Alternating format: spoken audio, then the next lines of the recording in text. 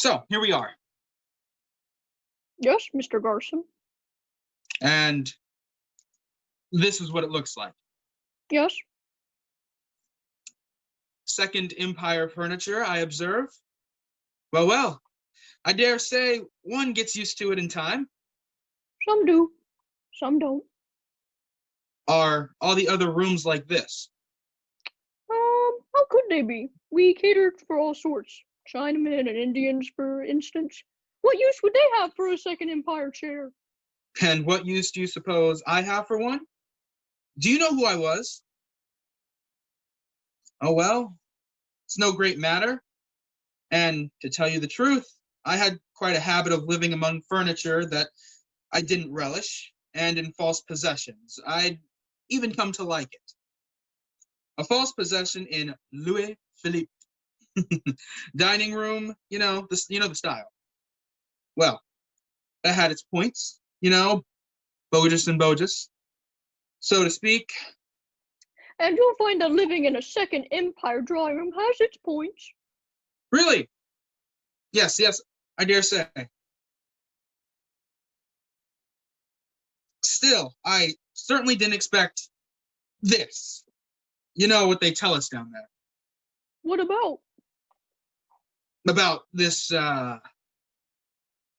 residence.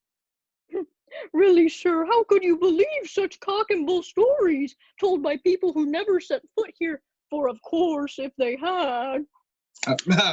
But, quite so. But I say, where are the instruments of torture? The what? The racks and red-hot pincers and all other sorts of paraphernalia. Ah, you must have your little joke, sir. My little joke. Oh, I see. No, I wasn't joking. No mirrors, I notice. No windows, only to be expected. And nothing breakable. But damn it all, they couldn't have at least left me a toothbrush. Oh, that's good. So you haven't yet got over your, what do you call it? Sense of human dignity. Excuse me smiling.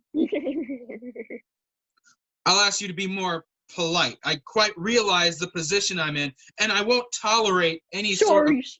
Sorry, sir, I have no offense meant, but all our guests ask me the same questions. Silly questions, if you'll pardon me saying so. Where's the torture chamber? That's the first thing they ask. All of them. Bother their heads with about the bathroom requisites, but I can assure you, after a bit, when they've got their nerve back, they start in about their toothbrushes and whatnot. Good heavens, Mr. Garson, can't you use your brains? What I ask you would be the point of brushing your teeth. Yes, of course. You're right. And why should one want to see oneself in a looking glass? But that bronze contraption on the mantelpiece, that's another story. I suppose there will be times when I stare my eyes out on it. Stare my eyes out. See what I mean? All right, let's put our cards on the table. I assure you, I'm quite conscious of my position. Shall I tell you what it feels like? A man drowning, choking, sinking by inches till only his eyes are above water. And what does he see? A bronze atrocity by, what's the fellow's name? Burberdine. A collector's piece. As in a nightmare. That's their idea, isn't it? No. I suppose you're under orders not to answer my questions, but I won't insist. And don't forget, my man, I've a good notion of what's coming to me. So don't you boast. You've caught me off guard. I'm facing the situation. Facing it. So, that's that. No toothbrush. No bed either. One never sleeps, I take it. That's so. Just as I expected. Why should one sleep? A sort of drowsiness steals on you, tickles you behind the ear, and you feel your eyes closing. But why sleep? You lie down on the sofa, and in a flash, sleep flies away, miles and miles away. So you rub your eyes and get up, and it starts all over. Romantic, that's what you are. Will you keep quiet, please? I won't make a scene. I shan't be sorry for myself. I'll face the situation, as I said just now. Face it fairly and squarely. I won't have it springing at me from behind before I've time to size it up. And you call that being romantic. So it comes to this. One doesn't need rest. Why bother about sleep if one isn't sleepy? That stands to reason, doesn't it? Wait a minute. There's a snag somewhere. Something disagreeable. Why now should it be disagreeable? Ah, I see. It's life without a break. What do you mean by that? What do I mean? I thought as much.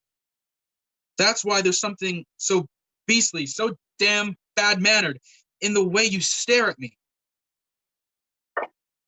They're paralyzed. What are you talking about? Your eyelids. We move ours up and down. Blinking, we call it. It's a small black shutter that clicks down and makes a break. Everything goes black. One's eyes are moistened. You can't imagine how restful, refreshing it is. 4,000 little rests per hour. 4,000 little rests. Just think. So that's the idea. I'm to live without eyelids. Don't act a fool. You know what I mean. No eyelids, no sleep. It follows, doesn't it? I shall never sleep again. But then, how shall I endure my company? Try to understand. You see, I'm fond of teasing. It's second nature to me. And I'm used to teasing myself, plaguing myself, if you prefer. I don't tease nicely, but I can't go on doing that without a break. Down there, I had my nights. I slept. I always had a good night's sleep. By way of compensation, I suppose. And happy little dreams there was a green field, just an ordinary field. I used to stroll in it. It's daytime now. Can't you see? The lights are on. Ah, yes, I've got it. It's your daytime. And outside? Outside? Damn it, you know what I mean, beyond the walls. There's a passage. Okay, and beyond the passage? There's more rooms, more passages, more stairs. And what's at the end of those stairs? What lies beyond them? That's all. But surely you have a day off sometimes. Where do you go? To my uncle's place. He's the head valet here. He has a room on the 3rd floor. Should have guessed as much. Where's the light switch? There isn't any. What? Can't one turn off the light? Oh, the management can cut off the current if they want to, but I can't remember their having done so on this floor. We have all the electricity we want. So, one has to live with one eyes open all the time. To live, you say? Don't let's quibble over words. With one's eyes open forever. Always broad daylight in my eyes and in my head. And suppose I took that contraption on the mantelpiece and dropped it on the lamp. Wouldn't it go out? You can't move it. It's too heavy.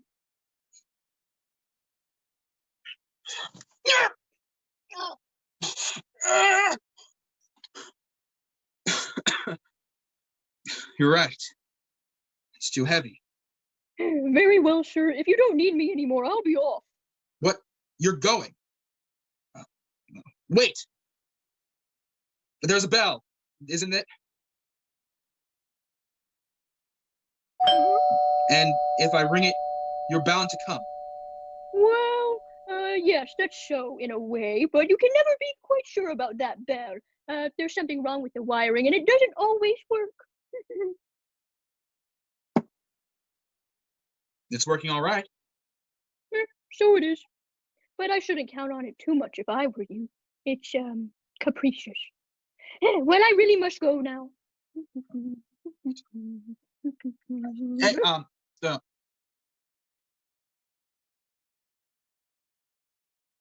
Yeah? no, never mind. Wait, wait. Yes. What's this? Can't you see an ordinary paper knife? Are there books here? No. Then what's the use of this? Mm, Very well. no. You can go now.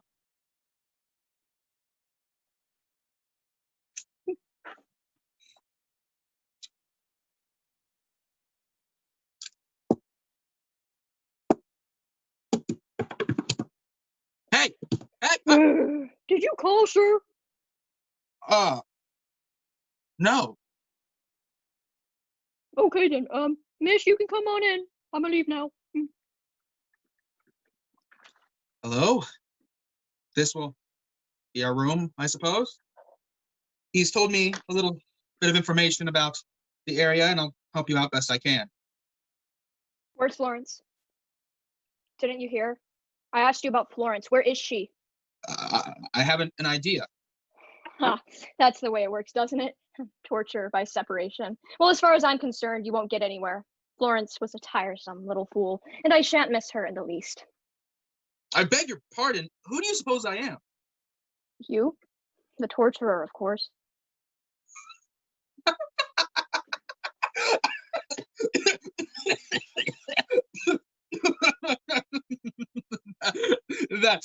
That's a good one. Too comic for words. I, the torturer. So, you came in, had a look at me, and thought I was one of the staff. Of course, it's silly. Fellow's fault. He should have introduced us. A torturer indeed. I'm Joseph Garson, journalist and man of letters by profession. And as we're both in the same boat, so to speak, might I ask you, Mrs. Not Mrs. I'm unmarried. Right. That's a start, anyway. Well, now that we've broken the ice, do you really think I look like a torturer? By the way, how does one recognize torturers when one sees them? Evidently, you have ideas on the subject. They look frightened. Frightened. But how ridiculous. Of whom should they be frightened? Of their victims. Laugh away, but I know what I'm talking about. I've often watched my face in the glass. In the glass. How beastly of them. They've removed everything in the least resembling a glass. Anyhow, I can assure you, I'm not frightened. Not that I take my position lightly. I realize its gravity only too well, but I'm not afraid. That's your affair. Must you be here all the time, or do you take a stroll outside now and then? Door's locked. Oh, that's too bad. I can understand that it bores you having me here, and I, too, well, quite frankly, I'd rather be alone. I want to think things out, to set my life in order, and one does that better by oneself. But I'm sure we'll manage to pull along together somehow. I'm no talker. I don't move much. In fact, I'm a peaceful sort of fellow. Only if I may venture on a suggestion, we should make a point to be extremely courteous to each other. That will ease the situation for us both. I'm not polite. Then I must be polite for two.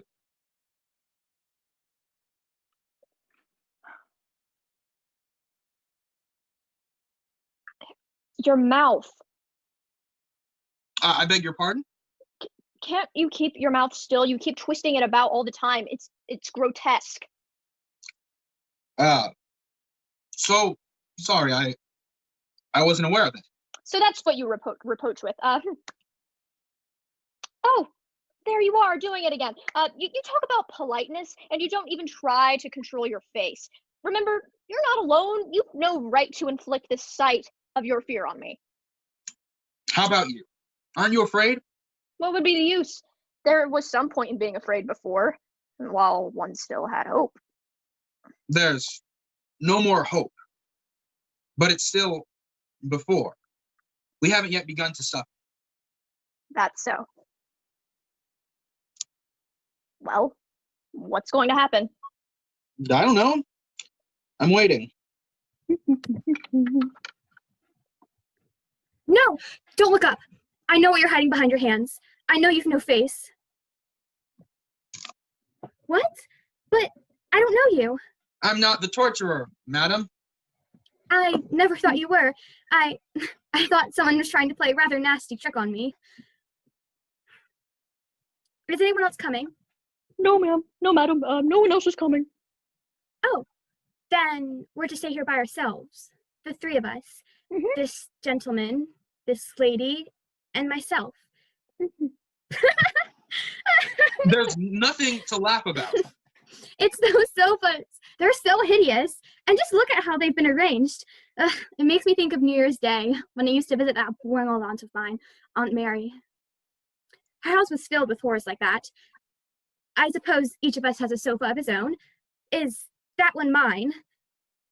But you can't expect me to sit on that one. It would be too horrible for words. It's pale. I'm in pale blue, and it's vivid green. Well, would you prefer hers? That claret colored one, you mean? That's very sweet of you, but really, no. I don't think it'd be much better. But what's the worry? What's the good in worrying anyhow? We've got to take what comes to us, and I'll keep the green one. The only one that might do a pinch is that gentleman's. Huh? Did you hear, Mr. Garson? Oh, the sofa, you mean?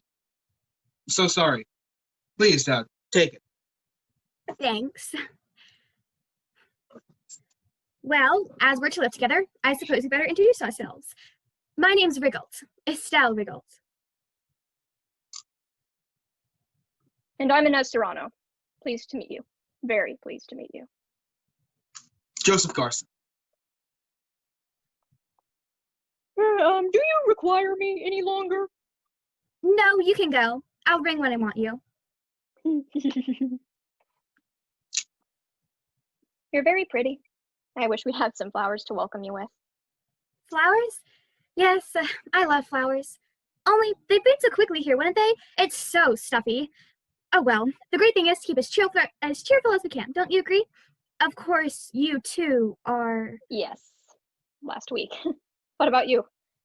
I'm quite recent. Yesterday. As a matter of fact, the ceremony's not quite over. The wind's blowing my sister's veil all over the place. She's trying her best to cry. Come, dear, make another effort. That's better. 2 tears. 2 little tears are twinkling under the black veil. Oh dear, what a sight Olga looks this morning. She's holding my sister's arm, helping her along. She's not crying, and I don't blame her. Tears always mess one's face up, don't they? Olga was my bosom friend, you know. Did you suffer much? No, I was half-conscious mostly. What was it? Pneumonia. It's over now. They're leaving the ceremony. Goodbye, goodbye. Quite a crowd they are. My husband stayed home, prostrated of grief. Poor man. What about you? Oh, the gas stove. And you, Mr. Garson? 12 bullets through my chest. Oh, sorry. I fear I'm not good company among the dead. Please don't use that word. It's so crude and terribly bad taste, really. It doesn't mean much anyhow. Sometimes I feel we've never been more alive as of now. If we've got to mention this state of things, I suggest we call ourselves, absentees. How long have you been absent for? About a month? Where do you come from? From Rio. I'm from Paris. Have you anyone left down there? Yeah, yes. My wife. She's waiting at the entrance of the barracks. She comes there every day. But they won't let her in. Now she's trying to peep between the bars. She doesn't yet know I'm absent. But she suspects it. Now she's going away. She's wearing her black dress. So much the better. She won't need to change. She isn't crying, but she never did cry anyhow. It's a bright, sunny day, and she's like a black shadow creeping down on the empty street. Those big, tragic eyes with that martyred look they always had. Oh, how she got on my nerves. Please, Mr. Garson. What is it? You're sitting on my sofa. I beg your pardon. You looked so far away. Sorry I disturbed you. I was setting my life in order. You may laugh, but you do better to follow my example. No need. My life's in perfect order. It tidied itself nicely up on its own accord, so I needn't bother about it now. Really? You imagine it's as simple as that? Woo! It's hot in here. Do you mind if I How dare you? Please, don't. I loathe men in their shirt sleeves. All right. Of course, I used to spend my nights in the newspaper office, and it was a regular black hole. So we never kept our coats on. Stiflingly hot, it could be. Stifling. That is it. It's night now. That's so. Olga's undressing. It must be after midnight. How quickly time passes on Earth. Yes, after midnight. They've sealed up my room. It's dark, pitch dark, and empty. They've strung their coats on the backs of chairs and rolled up their shirt sleeves above the elbow. They are stinks of men and cigar smoke. I used to like living among men and their shirt sleeves. Well, in that case, our tastes differ. That's all it proves. What about you? Do you like men in their shirt sleeves? Oh, I don't care much for men anyway. Really, I can't imagine why they put us together. It doesn't make sense. What's that you said? I'm looking at you two and thinking we're going to live together. It's so absurd. I expected to meet old friends or relatives. Ah, yes, a charming old friend with a hole in the middle of his face. Yes, him too. He danced the tango so divinely, like a professional. But why, of we, should all people be put together? A pure fluke, I should say. They lodge folks as they can in order of their coming. Why are you laughing? Because you amuse me with your flukes, as if they left anything to chance, but suppose you got to reassure yourself anyhow. I wonder now, do you think we may have met each other at some time in our lives? Never. I shouldn't have forgotten you. Or perhaps we have friends in common. I wonder if you knew the Du Bois-Summers? Not likely. But everyone went to their parties. What's their job?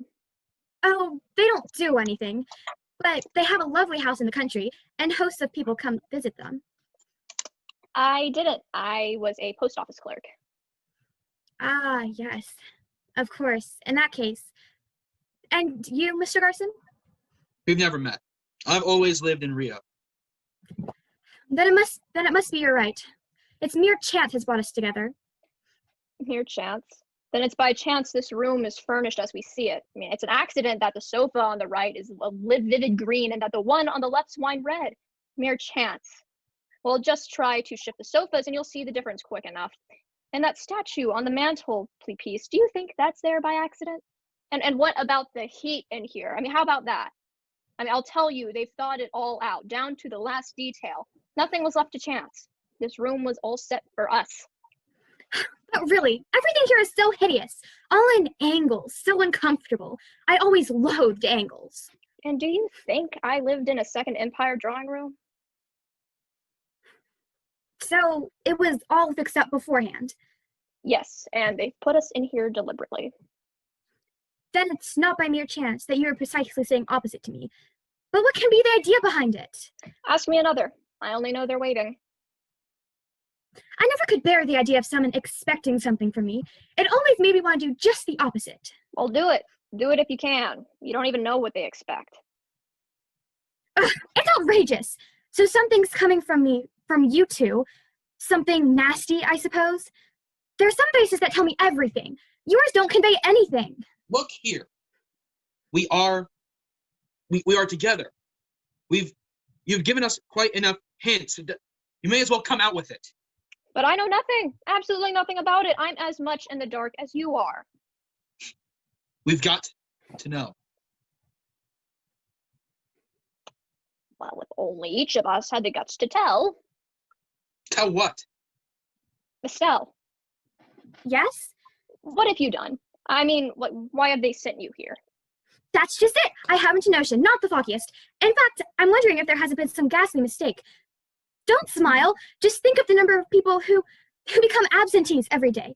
There must be thousands and thousands. And they're probably sorted out by understrappers. You know what I mean. Stupid employees who don't know their job. They're bound to make mistakes sometimes. Do stop smiling. Why don't you speak? If they made a mistake in my case, they might have done the same in yours. And you too. Anyhow, isn't it better to think we've gotten here by mistake? Is that all you have to tell us? What else should I tell? I have nothing to hide. I lost my parents when I was a kid, and I had my younger brother to bring up. We were terribly poor, and an old friend of my people asked me to marry him. I said yes. He was very well off and quite nice. My brother was a very delicate child and needed all sorts of attention, so really that was the right thing for me to do. Don't you agree? My husband was old enough to be my father, but for 6 years we had a happy married life.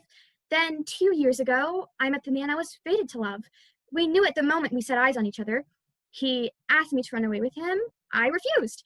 Then I got pneumonia, and it finished me off. That's the whole story.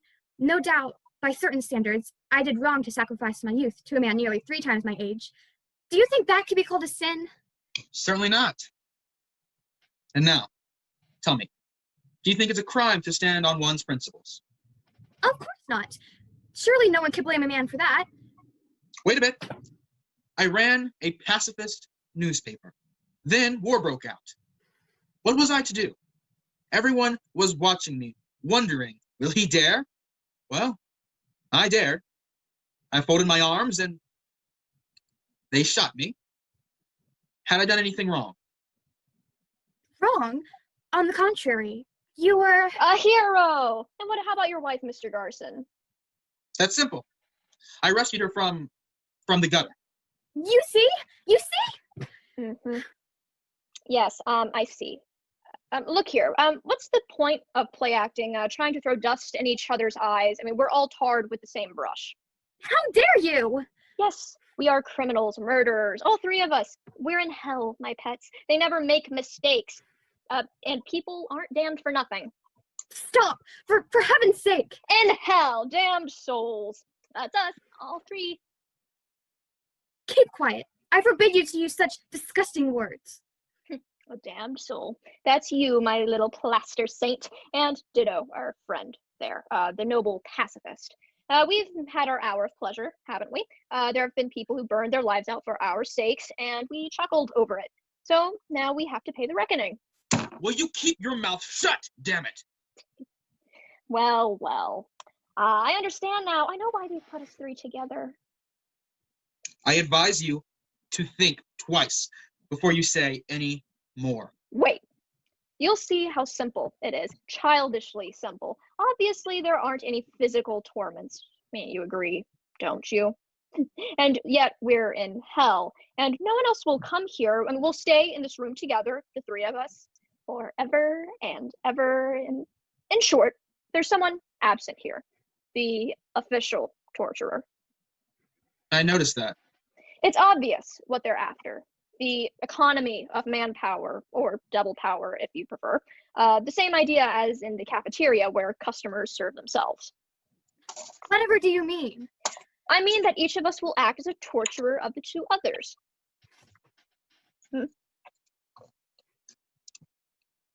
So, no, I shall never be your torturer. I wish neither of you any harm, and I've no concern with you. None at all. So the solution's easy enough. Each of us stays put in his or her corner and takes no notice of the other. You here, and me here. Like soldiers at their post. Also, we mustn't speak, not one word. That won't be difficult. Each of us has plenty of material for self-commonings. I think I could say 10,000 years with only my thoughts for company. Have I got to keep silent too? Yes. And that way we'll work out our salvation, looking into ourselves, never raising our heads. Agreed? Agreed. I agree. Then goodbye.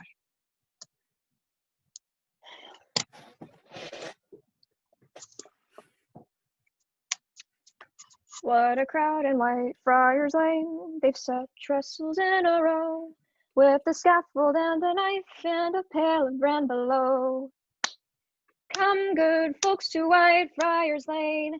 Come to see the merry show. Excuse me, have you got a glass? Well, Any glass would do. Any sort of glass. A pocket mirror. If you won't speak to me, you might lend me a glass. well, actually, don't worry. I think I've got a glass in my bag. They must have taken away from me at the entrance. Sorry. How tiresome. What's the matter? I feel so queer. Don't you ever get taken away? When I can't see myself, I begin to wonder if I truly exist. I pat myself, just to make sure, but it doesn't help much. You're lucky. I'm always conscious of myself in my mind. Painfully conscious. Yes, in your mind. But everything that goes on in one's head is so vague, isn't it? It makes one want to sleep.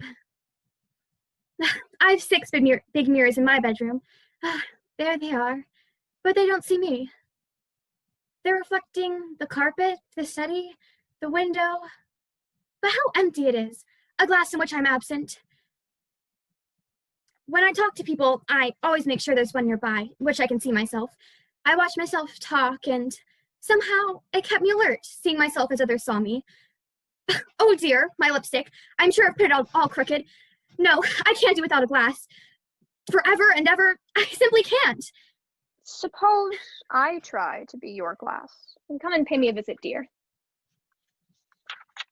But Oh, he doesn't count.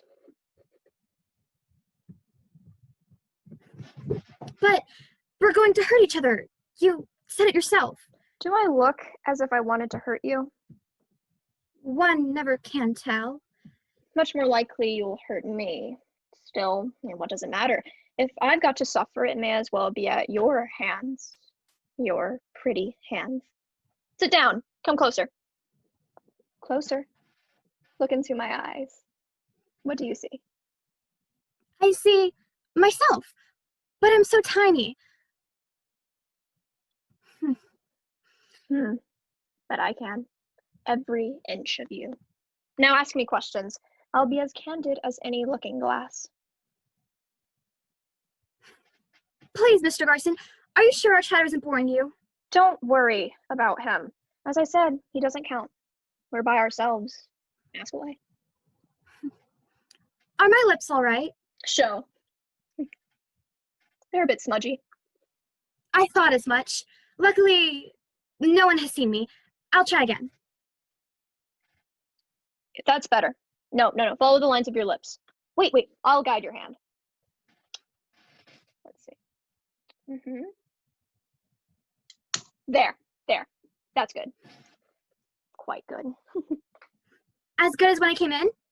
Far better. Crueler. Your mouth looks quite diabolical that way. Good gracious. And you say you like it? Ugh, how maddening it is, not being able to see for myself. You're quite sure, Mr. Renault, that it's all right now? Won't you call me Inez? Are you sure it's all right? You're lovely, Estelle. But how can I rely upon your taste? Is it the same as my taste? Oh, how sickening it is, and have to drive one crazy. I have your taste, my dear, because I like you so much. Look at me. No, straight. Now smile. I'm not so ugly either. Am I not nicer than your glass? Oh, I don't know. You scare me, rather. My reflection in the glass never did that. Of course, I knew it so well, like something I had tamed. I'm going to smile, and my smile will sink down into your pupils, and heavens knows what it will become. And why shouldn't you tame me? Listen, I want you to call me Inez. We must be great friends. I don't make friends with women very easily. Not with postal clerks, you mean? Hello. Oh.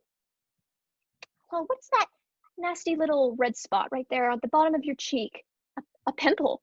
A pimple? Oh, how simply awful! Where? There. You know the way they catch larks, with a mirror? I'm your lark mirror, my dear, and you can't escape me. There isn't any pimple. Not a trace of one. So, what about it? Suppose the mirror started telling us lies, or suppose I covered your eyes, as he was doing, and refused to look at you, and all that loveliness of yours would be wasted in the desert air. No, oh, don't be afraid. I can't help looking at you. I shan't turn my eyes away from you, and I'll be nice to you, ever so nice. Only you must be nice to me, too. Are you really attracted by me? Very much indeed. But I wish he'd notice me. Of course, because he's a man. Hey, you won. Look at her, damn it. Don't pretend you haven't missed a word of what we said. Hello? Quite so. Not a word. I stuck my fingers in my ears, but your voices thudded in my brain. Silly chatter. Now, will you leave me in peace, you two? I'm not interested in you. Not in me, perhaps, but how about this child? Aren't you interested in her? Oh, I saw through your game. You got on your high horse just to impress her. I asked you to leave me in peace. There's someone talking about me in the newspaper office, and I want to listen. And if it'll make you any happier, let me tell you that I've no use for the child, as you call her. Thanks. I didn't mean it rudely. You cad! So that's it. I begged you not to speak.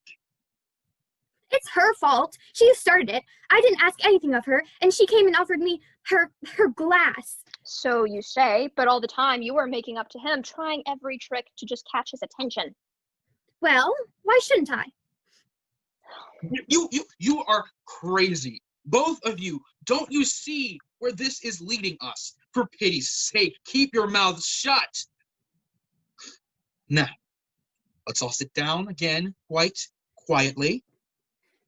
We'll look at the floor, and each must try to forget the others there.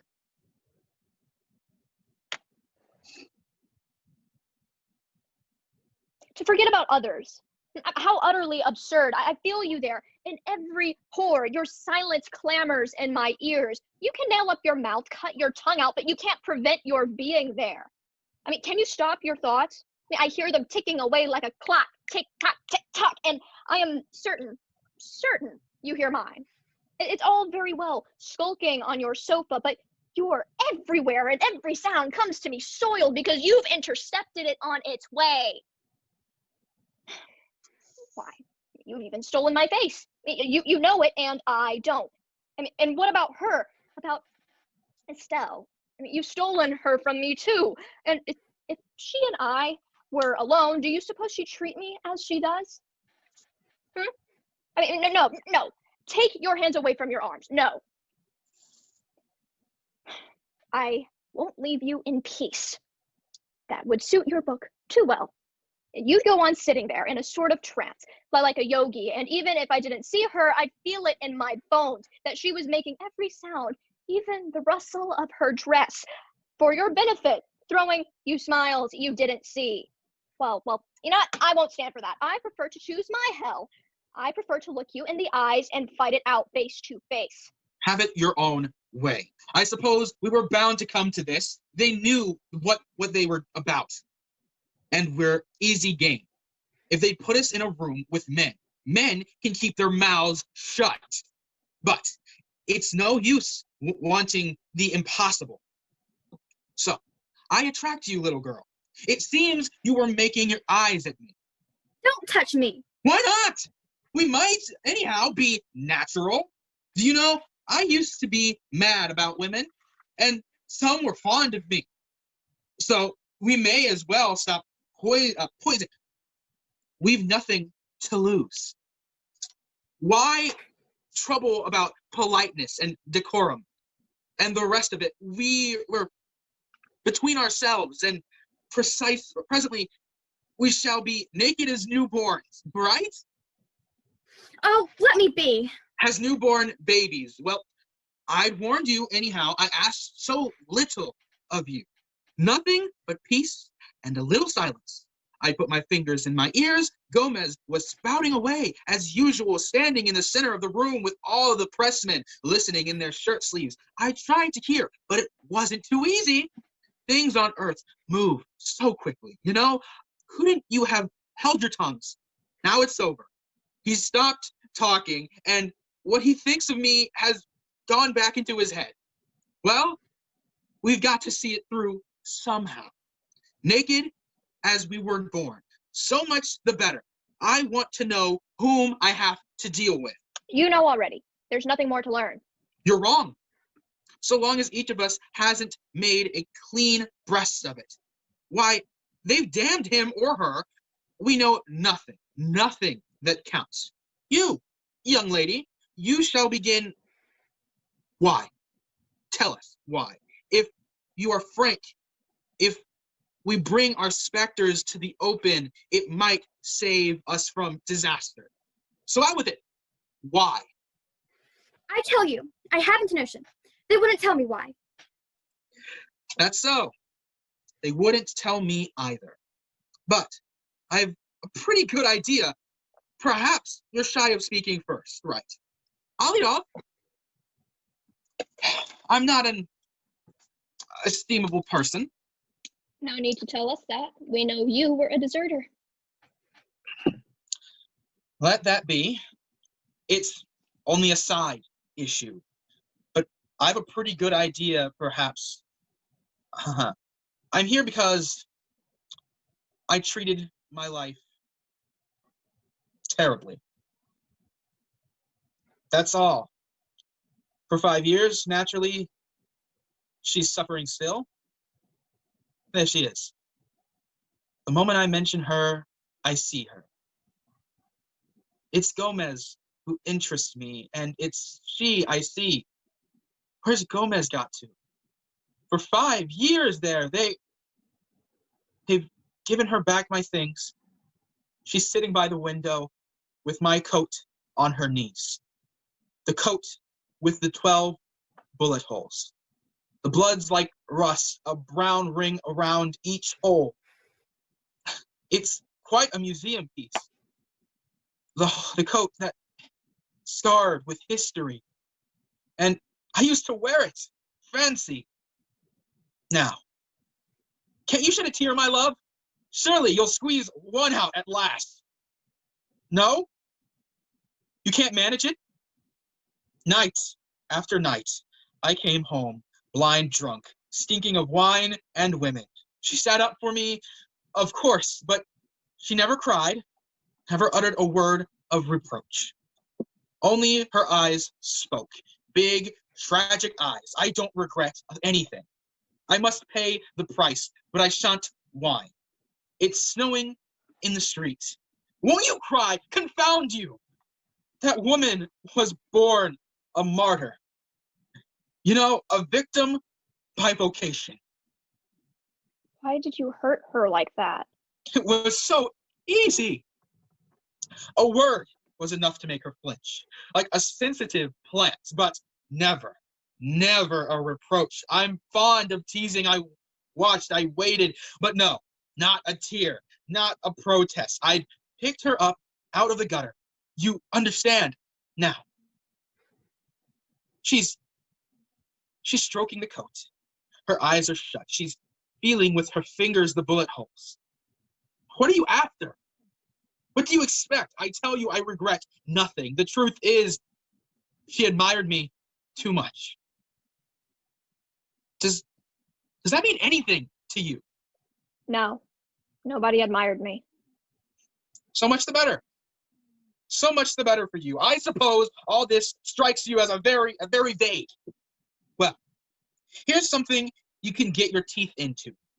I brought a half-caste girl to stay at our house. My wife slept upstairs. She must have heard everything. She was an early riser, and I and the girl stayed in bed.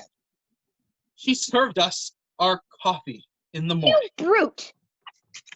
Yes, a brute, if you like, but a well-beloved brute. No, it's nothing. Only Gomez. And he's talking about me. What are you saying? Yes, a brute, certainly. Else, why should I be here? Your turn. Well, I was what some people down there would call a damned bitch. Damned already, so it's no surprise being here. Is that all you have to say? No, there was that affair with Florence, a dead man's tale, with 3 corpses to it. He to start with, then she and I. So there's no one left. I've nothing to worry about. It was a clean sweep. Only that room. I see it now and then, empty, with the doors locked. No, I've just unlocked them. It's to let, there's a notice on the door. That's too ridiculous. 3? 3 deaths, you said. 3. 1 man and 2 women. Yes. Well. Did he kill himself? He? No. He hadn't the guts for that. Still, he'd every reason. We let him a dog's life. As a matter of fact, he was run over by a tram. A silly sort of end. I was living with them. He was my cousin.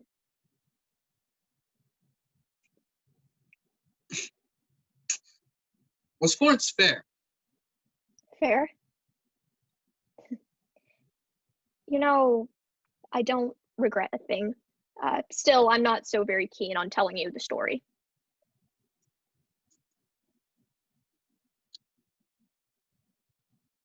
That's all right. So, you got sick of him.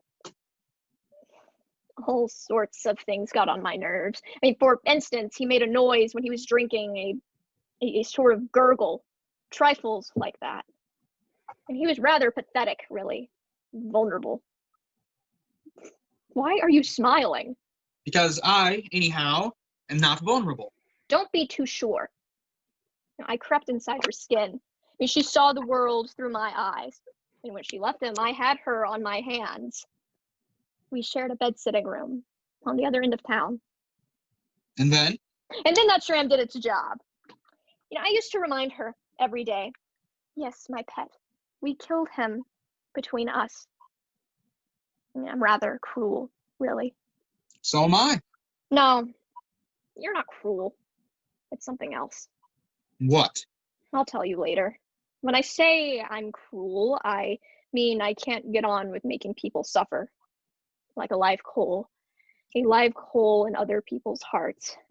When I'm alone, I flicker out. And for 6 months, I flamed away in her heart until there was nothing but a cinder. One night she got up and turned on the gas while I was asleep. And then she crept back into bed. So now you know. Well. Yes, what's on your mind? Nothing.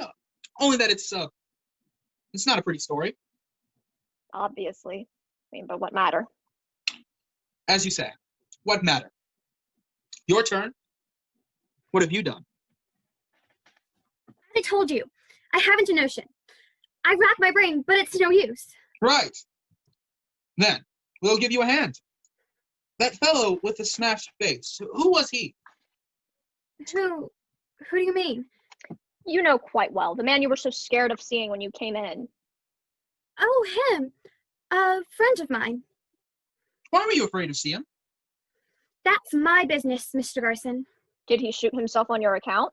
Of course not. How absurd you are. Then, why should you have been so scared? He blew his brains out, didn't he? That's how his face got smashed. Don't. Please don't go on. Because of you. Because of you. He shot himself because of you. Leave me alone. It's not fair bullying me like that. I want to go! I want to go! Go if you can. Personally, I ask for nothing better. Unfortunately, the door's locked.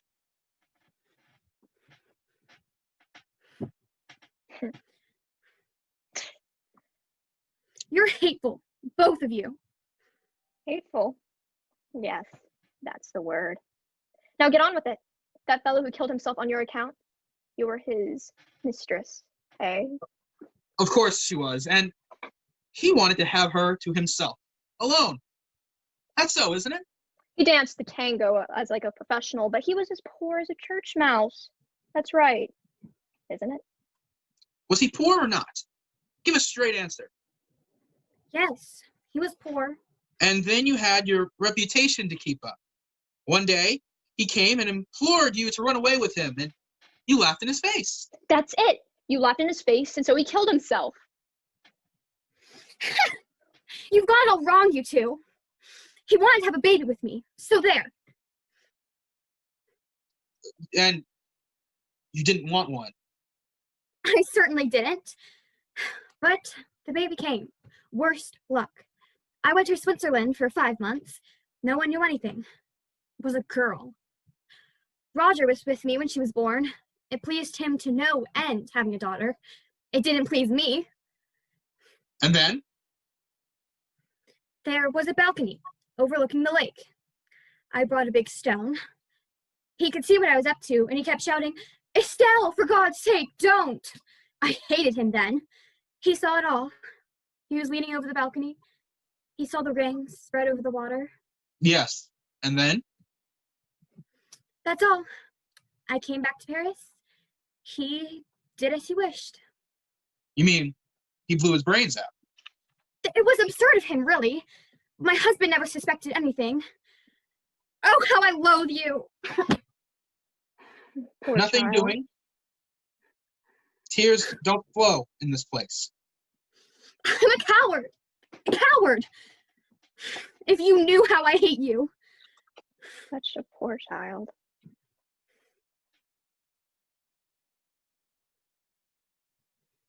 So, the hearing's over, but there's no need to look like a hanging judge. A hanging judge. I'd give a lot to be able to see myself in a glass. How hot it is. Oh, sorry. Don't bother. You can stay in your shirt sleeves, as things are. Just so. You mustn't be angry with me, Estelle. I'm not angry with you. And what about me? Are you angry with me? Yes? Well, Mr. Garson, now you have us in the nude, all right. Do you understand things any better? I wonder. Yes, perhaps a trifle better. And now suppose we start trying to help each other. I don't need help. Inez, they've laid their snare damned cunningly like a cobweb. If you make any movement, if you raise your hand to fan yourself, Estelle, and I feel a little tug. Alone, none of us can save himself or herself. We're linked together inextricably. So, you can take your choice. Hello? What's happening? They've let it. The windows, they're wide open. A man is sitting on my bed. My bed, if you please. They've let it step in. Make yourself at home, you brute. There's a woman too. She's going up to him, putting her hands on his shoulders. Damn it, why don't they turn the lights on? It's getting dark. Now he's going to kiss her, but that's my room. Pitch dark now. I can't see anything, but I hear them whispering. Is he going to make love to her on my bed? I mean, wait, what's that she said? That it's noon and the sun is shining? I must be going blind. Blacked out. I can't see or hear a thing. So I'm done with the earth, it seems. No more alibis for me. Feel so empty, desiccated. I mean, really dead at last. All of me's here in this room. What were you saying? Something about helping me, wasn't it? Yes, Helping me to do what? to defeat their devilish tricks. And what do you expect me to do in return? To help me. It only takes a little effort, and that is just a spark of human feeling. Human feeling? That's beyond my range. I'm rotten to the core. And how about me? All the same, I suppose. Suppose we try. I'm no use. I'm all dried up. I can't give and I can't receive. I mean, how could I help you? A dead twig ready for burning. Florence was fair, a natural blonde. Do you realize that this young woman's fated to be your torturer? Perhaps. I mean, I've guessed it. It's through her they'll get you. Of course. I'm different. Aloof. I take no notice of her. Suppose you had a try. Yes. It's a trap. They're watching you to see if you'll fall into it. I know. And you're another trap. I mean, do you think they haven't foreknown every word you say? And of course, there's a whole nest of pitfalls that we can't see. I mean, everything's a booby trap, but what do I care? And I'm a pitfall too. I mean, for her, obviously, and perhaps I'll catch her. You won't catch anything. We're chasing after each other round and round in a vicious circle, like the horses on a roundabout. That's part of their plan, of course. Drop it, Ines. Open your hands and let go of everything, or else you'll bring disaster on all three of us. Do I look like the sort of person who lets things go? I know what's coming to me. I'm going to burn and it's going to last forever. Yes, I know everything, but do you think I'll let go? I mean, I'll catch her. She'll see you through my eyes, as Florence saw that other man. I mean, what's the good of trying to enlist my sympathy? I mean, I assure you, I know everything, and I can't feel sorry, even for myself. I mean, a trap, don't I know it? And that I'm in a trap myself. I mean, up to the neck, and there's nothing to be done about it. And if it suits their book, I mean, so much the better. Well, anyhow, I can feel sorry for you. Look at me. We're naked right through, and I can see into your heart. That's one link between us. Did you think I'd want to hurt you? I don't regret anything. I'm dried up too, but for you, I can still feel pity. Don't. I hate being pawed at. And keep your pity for yourself. Don't forget, Garson, that there are traps here for you too, in this room, all nicely set for you. You'd do better to just watch your own interests. But if you will leave us in peace, this child and me, I'll see I don't do you any harm. Very well. Please, Mr. Garson. What do you want from me? You can help me anyhow. If you want help, apply to her.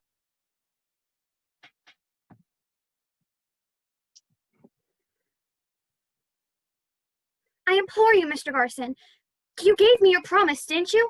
Help me quick. I don't want to be left alone. Olga's taken him to a cabaret. Taken whom? Peter. Oh, now they're dancing together. Who's Peter? Such a silly boy. He called me his glancing stream. Just fancy. He was terribly in love with me. She persuaded him to come out with her tonight. Do you love him?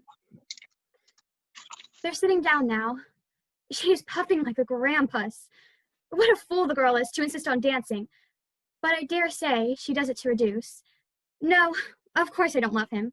He's only 18, and I'm not a baby snatcher. Then why bother about them? And what difference can it make? He belonged to me.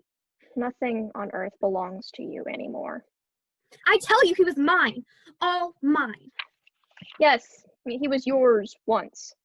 But now, try to make him hear. Try to touch him. Olga can touch him, talk to him as much as she likes. mean, that's so, isn't it? She can squeeze high with her hands, rub herself against him, among many Yes. others. Look, she's pressing her great fat chest against him, puffing and blowing in his face. But my poor little lamb, can't you see how ridiculous she is? Why do you laugh at her? Oh, once I'd only have to glance at them and she'd slink away. Is there really nothing left of me? Nothing. Whatever. Nothing of you's left on earth. Not even a shadow. All you own is here. Would you like that paper knife? Or that ornament on the mantelpiece? That blue sofa's yours. And I, my dear, am yours forever. You, mine. That's good. Well, which of you would dare call me his glancing stream, his crystal girl? You know too much about me. You know I'm rotten through and through. Peter, dear, think of me. Fix your thoughts on me and save me. All the time you're thinking, my glancing stream, my crystal girl. I'm only half there, half wicked. And half of me is down there with you, clean and bright and crystal clear as running water. Oh, just look at her. All scarlet-faced like a tomato. No, it's absurd. We laughed at her together, you and I, often and often. What's that tune? I always loved it. Yes, the St. Louis Blues. All right, dance away, dance away. Garson, I wish you could see her. You'd die laughing. Only, she'd never know I see her. Yes, I see you, Olga, with your hair all anyhow. You do look like a dope, my dear. Oh, now you're treading on his toes. It's a scream. Hurry up, quicker, quicker. He's dragging her along, bundling her round and round. It's too ghastly. He always said I was so liked. He loved dancing with me. I tell you, Olga, I see you. No, she doesn't care. She's dancing through my gaze. What's that? What's that you said? Our poor dear Estelle? Oh, don't be such a humbug. You didn't even shed a tear at the funeral. And she has the nerve to talk to him. Oh, our poor dear friend Estelle. How dare she discuss me with Peter? Now then, keep time. She never could dance and talk at once. Oh, what's that? No, no, don't tell him. Please don't tell him. You can keep him. You can do what you like with him, but please don't tell him about that. All right, you can have him now. Isn't it foul, Garson? She told him everything. About Roger, my trip to Switzerland, the baby. Poor Estelle wasn't exactly. No, I wasn't exactly. True enough. He's looking grave, shaking his head, but he doesn't seem very much so surprised. Not what one would expect. Keep him then. I won't haggle with you over his long eyelashes, his pretty girlish face. They're yours for the asking. His glancing stream, his crystal girl. Well, the crystal shattered into bits. Poor Estelle. Dance, dance, dance. On with it. But do keep time. 1, 2, 1, 2. How I'd love to go down to earth for just a moment and dance with him again. The music's growing fainter. They've turned down the lights, as they do for a tango. Why are they playing so softly? Louder, please. I can't hear. It's so far away. So far away. I can't hear a sound. All over. It's the end. The earth has left me. Don't turn away from me. Please, take me in your arms. Now then, Garson. It's to her you should say that. Don't turn away. You're a man, aren't you? And surely I'm not so afraid as all that. Everyone says I have lovely hair. And after all, a man killed himself on my account. You have to look at something. There's nothing here except the sofas and that awful ornament on the table. Surely I'm better than stupid furniture. Listen, I've dropped out of their heart, like a sparrow fallen from a nest. So gather me up, dear, fold me in your arms, and you'll see how nice I can be. I tell you, it's to that lady you should speak. To her? But she doesn't count. She's a woman. Oh, I don't count. Is that what you think? But my poor little fallen nestling, you've been a sheltering in my heart for ages, though you didn't realize it. Don't be afraid. I'll keep looking at you forever and ever without a flutter of my eyelids, and you'll live in my gaze like a mote in a sunbeam. A sunbeam indeed. Don't talk such rubbish. You've tried that trick already, and you should know it doesn't work. Estelle, my glancing stream, my crystal. Your crystal? It's grotesque. Do you think you can fool me with that sort of talk? Everyone knows what I did to my baby. The crystal shattered. But I don't care. I'm just a hollow dummy. All that's left of me is the outside. But it's not for you. Come to me, Estelle. You shall be whatever you like. A glancing stream, a muddy stream, and deep down in my eyes, you'll see yourself just as you want to be. Oh, leave me in peace. You haven't any eyes. Oh, damn it. Isn't there something I can do to get rid of you?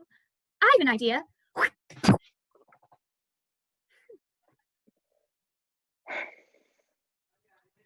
Garson, you shall pay for this. So it's a man you need? Not any man. You. No, humbug now. Any man will do your business, as I happen to be here. You want me, right? Mind if I'm not your sort of guy. Really, I'm not a young nincompoop, and I don't dance the tango. I'll take you as you are, and perhaps I shall change you. I doubt it. I shan't pay much attention. I've other things to think about. What things? They wouldn't interest you. I'll sit on your sofa and wait for you to take notice of me. I promise not to bother you at all. That's right. Fawn on him like the silly bitch you are. Grovel and cringe, and he hasn't even good looks to commend him. Don't listen to her. She has no eyes, no ears. She's nothing. I'll give you what I can. It doesn't amount to much. I shan't love you. I know you too well. Do you want me anyhow? Yes? I ask no more. In that case? Estelle, Garson, you must be going crazy. You're not alone. I'm here too. Of course, but it doesn't matter. Under my eyes. I mean, you couldn't do it. Why not? Why not? I've often undressed with my maid looking on. Let her alone. Don't paw at her with your dirty man hands. Take care. I'm no gentleman. I've had no compunction about striking a woman. But you promised. I mean, you promised. I'm only asking you to keep your word. Why should I, considering you were the first to break our agreement? Very well. Have it your way. I'm the weaker party, 1 against 2, but don't forget, I'm here and watching. I shan't take my eyes off you, Garson. When you're kissing her, you'll feel them boring into you. Yes, have it your own way. Make love and get it over. We're in hell. My turn will come. Now then, your lips. Give me your lips. Really? Didn't I tell you not to pay her any attention? You've got it wrong. It's Gomez. He's back in the press room. They've shut the windows. It must be winter down there.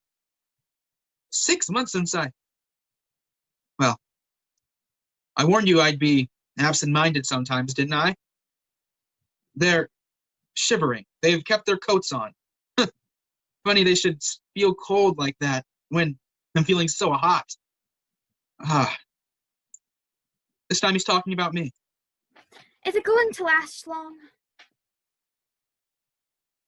You might at least tell me what he's saying. Nothing. Nothing worth repeating. He's a swine, that's all. Goddamn bloody swine. Let's come back to ourselves. Are you going to love me? I wonder now. Will you trust me? What a quaint thing to ask, considering you'll be under my eyes all the time. I don't think I've much fear from Inez, so far as you're concerned. Obviously. I was thinking of another kind of trust.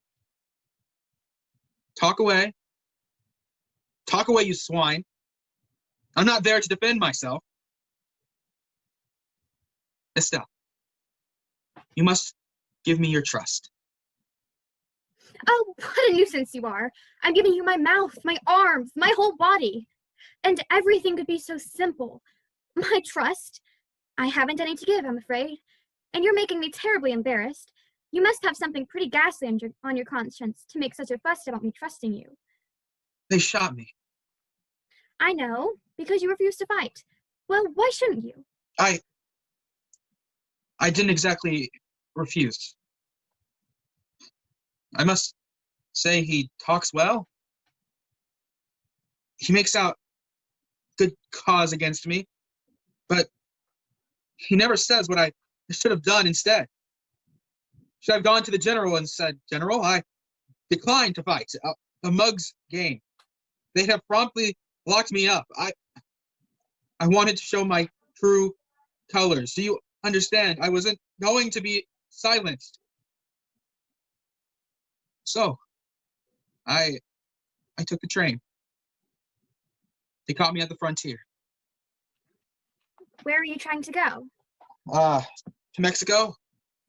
I meant to launch a pacifist newspaper down there. Well, why don't you speak? What can I say? You act quite rightly, as you didn't want to fight. But darling, how on earth can I guess what you want me to answer? Can't you guess? Well, I can. I mean, he wants you to tell him that he bolted like a lion. For bolt, he did, and that's what's biting him. Bolted. Went away.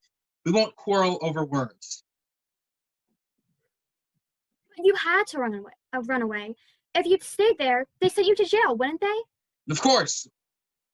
Well, still, am I a coward? How can I say? Don't be so unreasonable, darling. I can't put myself in your skin. You must decide that for yourself. I can't decide. Anyhow, you must remember, you must have had reasons for acting as you did. I had. Well? But were they real reasons? You have a twisted mind, that's your trouble, plaguing yourself over such trifles.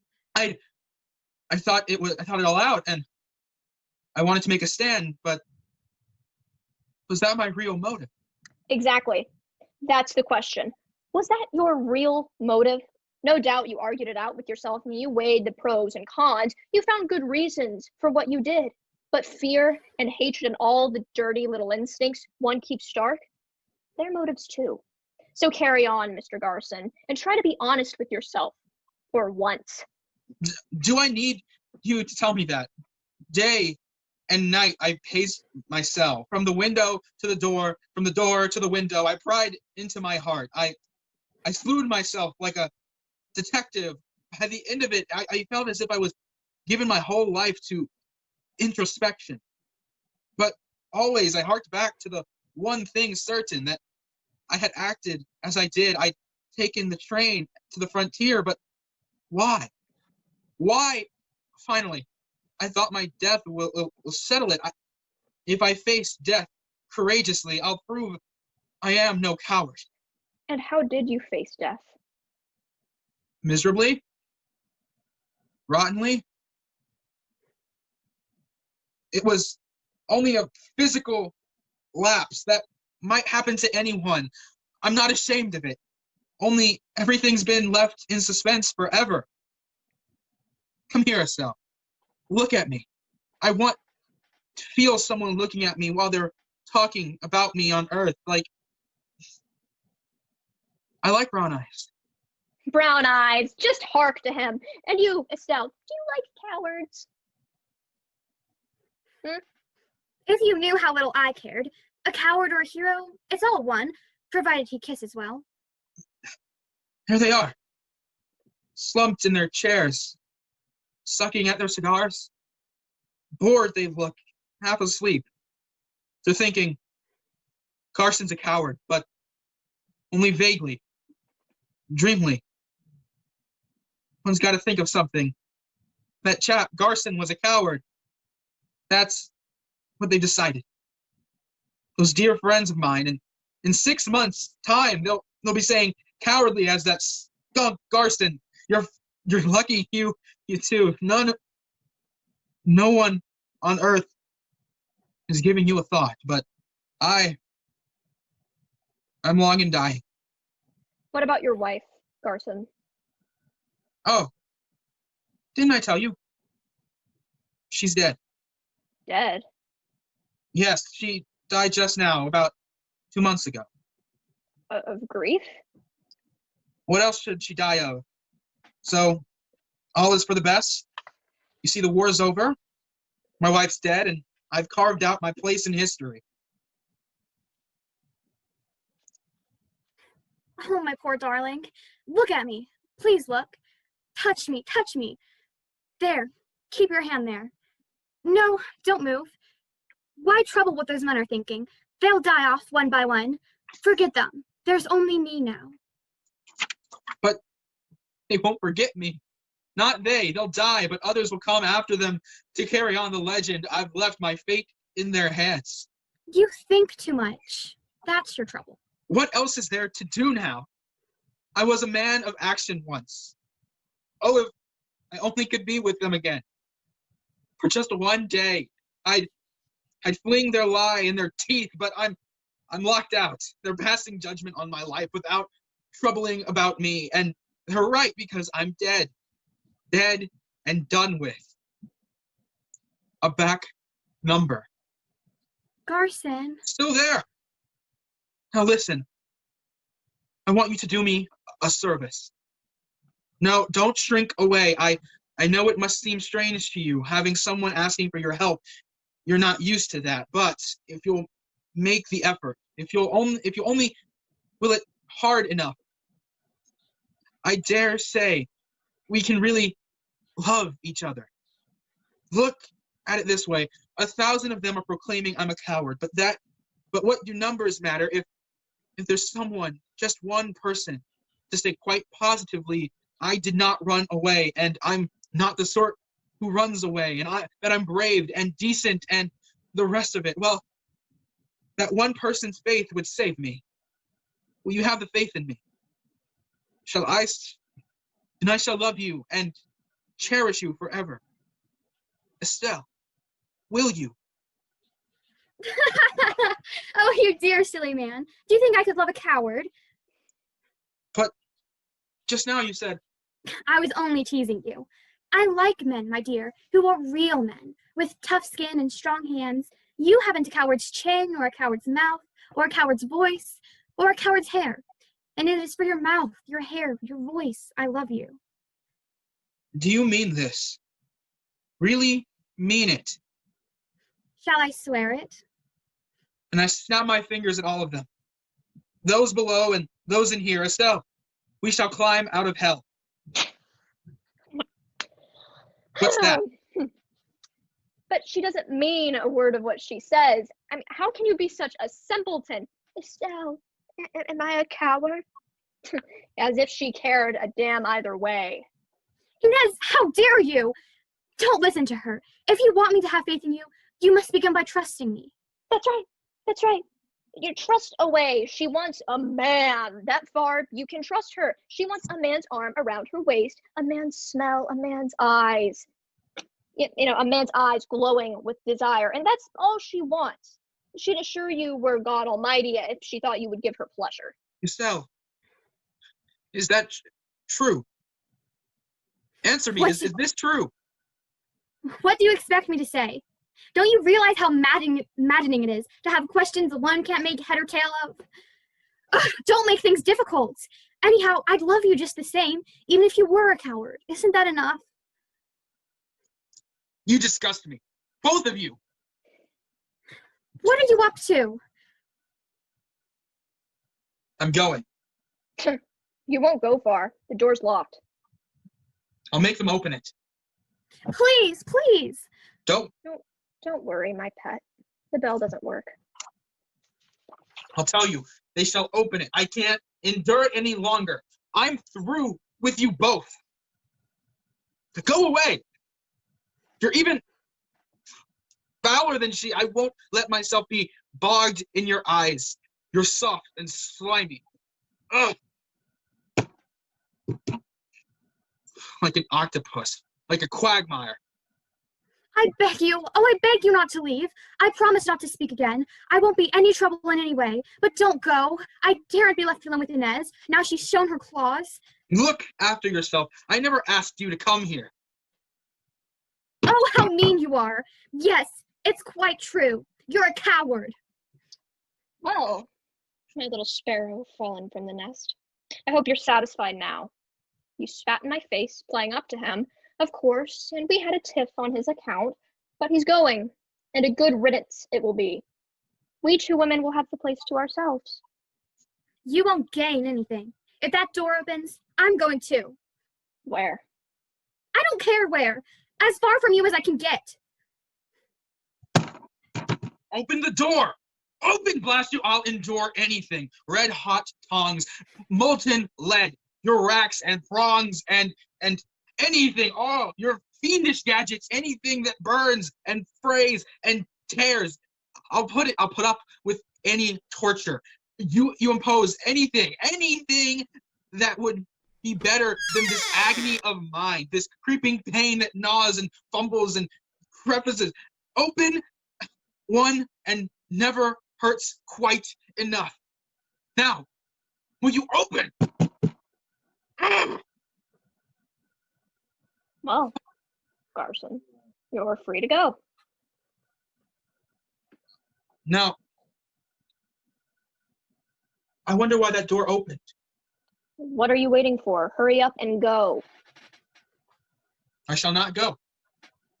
And you, Estelle? So what? Which shall it be? Which of the three of us will leave? The barrier's down. Why are we waiting? But what a situation. It's a scream. We're inseparable. Inseparables? Garson, come, lend a hand quickly, or push her out and slam the door. That'll teach her a lesson. Estelle, I beg you. Let me stay. I won't go. I won't go. Not into the passage. Let go of her. You're crazy. She hates you. It's because of her I'm staying here. Because of me? All right, shut the door. It's 10 times hotter in here since it opened. Go ahead, shut it, Garson. Thank you. Anyways, because of me, you said? Yes. You, anyhow, know what it means to be a coward. Yes, I know. And you know what wickedness is, and shame and fear. There were days when you peered into yourself and into the secret places of your heart, and what you saw there made you faint with honor and horror. And then, the next day, you didn't. I know what to make of it. You couldn't interpret the horror, and you couldn't interpret the horror you had glimpsed that day. Yes, you know what evil cost. And then you say, I am a coward. And know from experience that's what that means. Is that so? Yes. So, it's you whom I have to convince. You are of my kind. Did you suppose I meant to go? No. I couldn't leave you here gloating over my defeat with all those thoughts about me running in your head. Do you really wish to convince me? That's the one and only thing I wish for now. I can't hear them any longer. You know, probably that means they're through with me for good, and the curtain's down. Nothing of me is left on earth, not even the name of coward. So Inez, we're alone. Only you two remain to give me a thought. She doesn't count. It's you who matter. You who hates me. If you'll have faith in me, I'm saved. It won't be easy. Look at me. I'm a hard-headed woman. No, I'll give you all the time that's needed. Yes, we've lots of time on hand. All time. Listen, each man has an aim in life, a leading motive. That's so, isn't it? Well, I didn't give a damn for wealth or for love.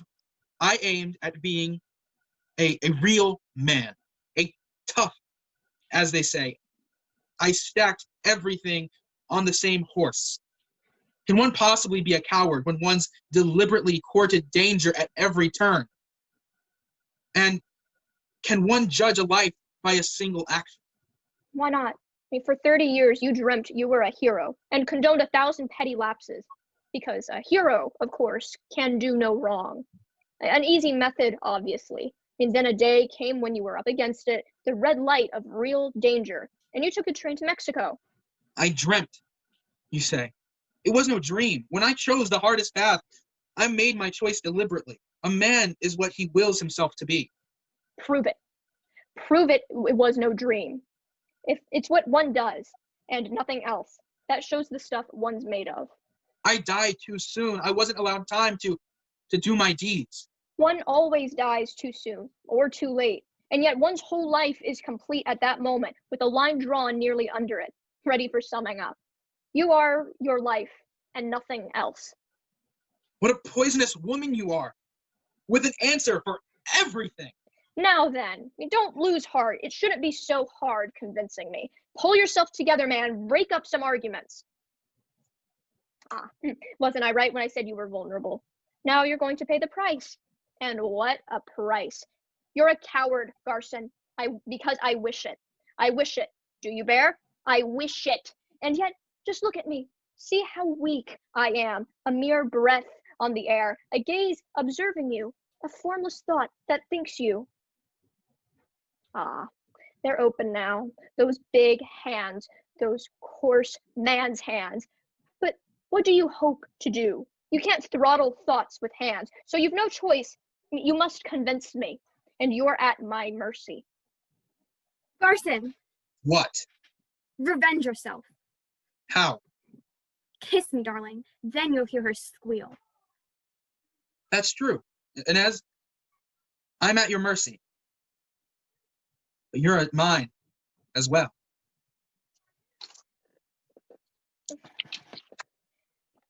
Oh, you coward, you weakling, running to women to console you. That's right, Inez. Squeal away. What a lovely pair you make. If you could see his big paw splayed out on your back, rucking up your skin and creasing the silk. Be careful, though. He's perspiring. His hand will leave a blue stain on your dress. Squeal away, Inez. Squeal away. Hug me tight, darling. Tighter still. That'll finish her off. And a good thing, too. Yes, Garson. She's right. Carry on with it. Press her till you feel your bodies melting into each other, a lump of warm, throbbing flesh. Love's a grand solace, isn't it, my friend? Deep and dark as sleep. But I'll see you don't sleep. Don't listen to her. Press your lips to my mouth. Oh, I'm yours, yours, yours. Well, what are you waiting for? Do as you're told. What a lovely scene. Coward Garson holding baby killer Estelle in his manly arms. Make your stakes, everyone. Will Coward Garson kiss the lady, or won't he dare? What's the betting? I'm watching you. Everybody's watching. I'm a crowd all by myself. I mean, do you hear the crowd? Do you hear them muttering, Garson? Mumbling and muttering, coward, coward, coward, coward. That's what they're saying. It's no use trying to escape. I'll never let you go. What do you hope to get from her silly lips? Forgetfulness? But I shan't forget you. No, not I. It is I that you must convince. So come to me. I'm waiting. Come along now. Look how obedient he is. Like a well-trained dog who comes when his mistress calls. You can't hold him, and you never will. Will night ever come? Never. You will always see me. Always. This bronze. Yes. Now's the moment. I'm looking at this thing on the mantelpiece, and I understand that I'm in hell. I tell you, everything's been out beforehand. They knew I'd stand at the fireplace, stroking this thing of bronze, with all those eyes intent on me, devouring me. What? Only 2 of you? I thought there would be more. Many more. So, this is hell. I never have believed it. You remember all we were told about the torture chambers, the fire and brimstone, the burning moral old wives' tales. There's no need for red-hot pokers. Hell is other people. My darling, please. No, let me be. She is between us. I cannot love you when she's watching. Right. In that case, I'll stop her watching.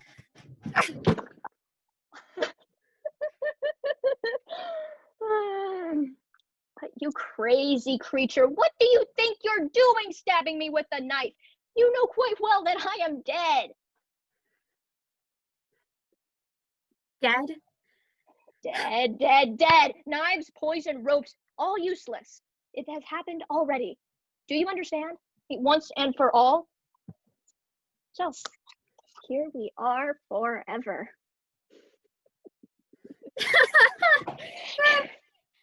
God, how funny.